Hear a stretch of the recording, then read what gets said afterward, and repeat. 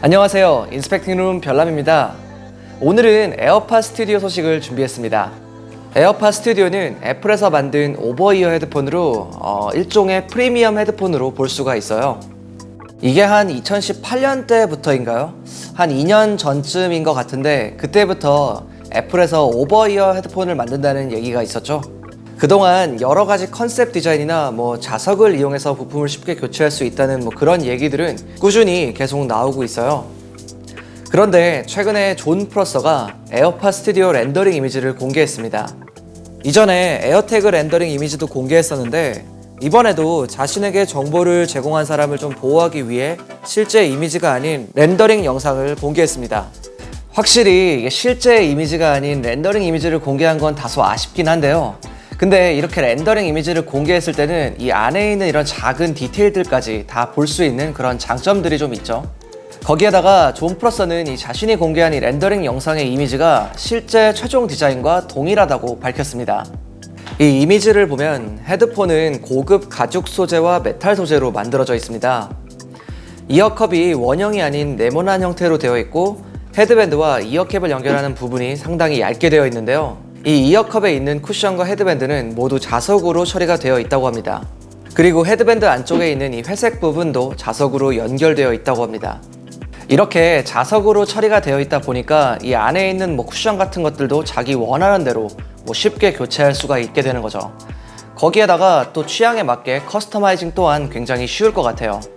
최근에는 이런 디자인의 헤드폰도 제법 나오고 있고 또 에어팟 스튜디오는 방향에 구애를 받지 않아서 어떤 방향으로 써도 이 에어팟 스튜디오가 왼쪽 오른쪽을 구분해 준다고 합니다.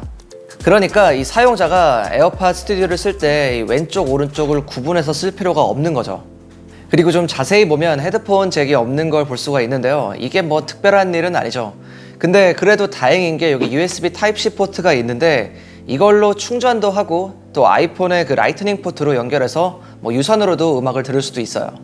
근데 이게 무선 충전이 되는지는 아직까지 알 수가 없어요. 그런데 아쉽게도 이 렌더링 영상만으로는 이 에어팟 스튜디오에 어떤 기능이 들어가 있는지는 정확하게 알 수가 없었어요. 기존 유출 정보대로라면 좀 좋은 음질과 또 에어팟에 있는 대부분의 기능이 들어갈 거라고 하는데 여기에 당연히 노이즈 캔슬링도 포함이 되겠죠? 그리고 러브트 드림이라는 트위터에 따르면 에어팟 스튜디오에는 U1 칩이 들어갈 거라고 언급했는데요. 그러니까 한마디로 이 칩을 통해 에어팟 스튜디오의 위치를 찾을 수 있다는 말인데요. 우리 기존의 아이폰에 쓰고 있는 Find My 기능 이런 거 있죠? 이런 아이폰 같은 거 잊어버렸을 때 찾을 수 있는 거, 이 기능이 여기에도 적용이 되는 것 같아요. 그리고 이 울트라 와이드 밴드 기술이 여기에만 국한되지 않고 이게 아까 제가 말씀드린 이거 레프트 라이트? 이거 구분하는데도 이 기술이 적용돼서 사용이 된다고 합니다. 아무튼 이렇게 되면 사용자가 개입할 필요 없이 왼쪽 오른쪽을 자동으로 맞춰주는 거죠. 이 U1 칩은 기존에는 아이폰 11과 11 프로에 들어가 있었어요. 그리고 이번에 애플워치 6가 행사에서 공개가 되었죠. 거기에도 애플에서 직접적인 언급은 없었지만 이 U1 칩이 탑재된 걸 알 수가 있습니다.